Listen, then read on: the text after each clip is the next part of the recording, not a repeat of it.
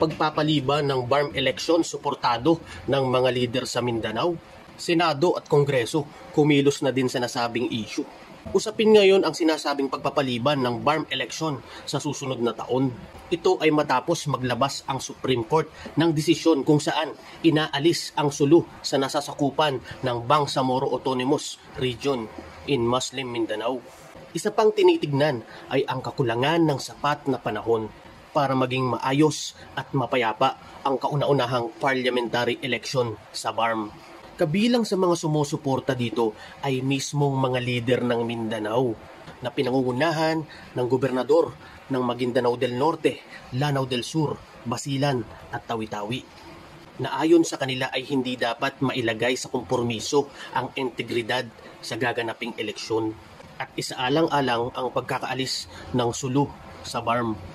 Ganon din ang panawagan ng 10 mayor ng Basilan na mas mainam nga daw na ipagpaliban muna ang BARM election upang magkaroon ng sapat na panahon para ayusin ang mga legal na implikasyon at masiguro ang isang mapayapang eleksyon.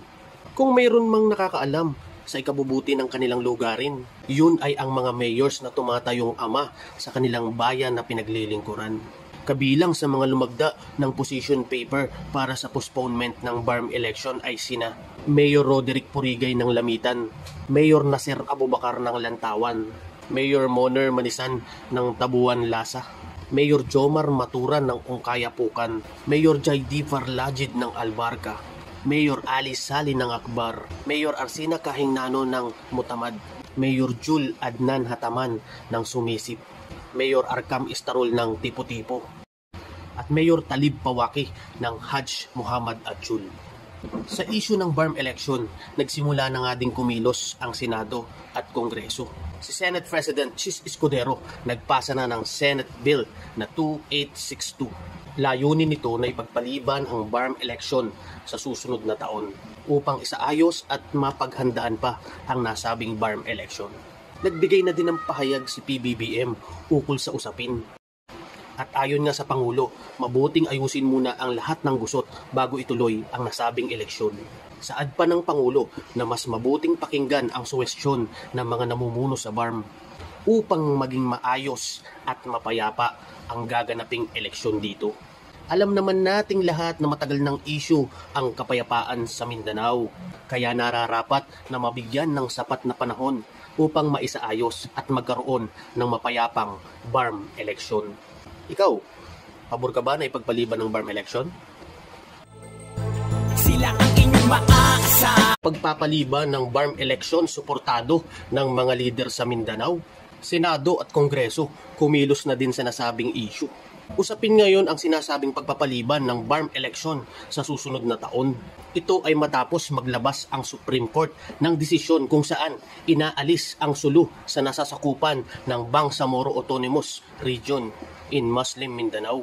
Isa pang tinitignan ay ang kakulangan ng sapat na panahon para maging maayos at mapayapa ang kauna-unahang parliamentary election sa BARM.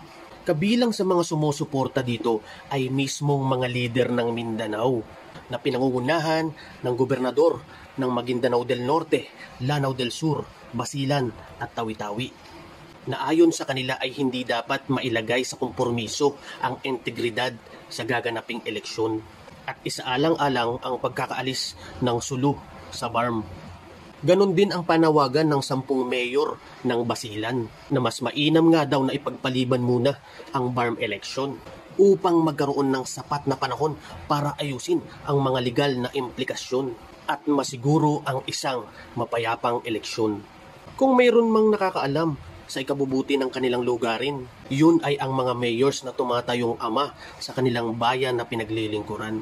Kabilang sa mga lumagda ng position paper para sa postponement ng BARM election ay sina Mayor Roderick Purigay ng Lamitan, Mayor Nasir Abubakar ng Lantawan, Mayor Moner Manisan ng Tabuan Lasa, Mayor Jomar Maturan ng Ongkayapukan, Mayor Jaydi Farlajid ng Albarca, Mayor Ali Sali ng Akbar, Mayor Arsina Kahingnano ng Mutamad, Mayor Jul Adnan Hataman ng Sumisip, Mayor Arkam Istarol ng Tipo-Tipo, at Mayor Talib Pawaki ng Hajj Muhammad Atchul. Sa issue ng BARM election, nagsimula na nga ding kumilos ang Senado at Kongreso.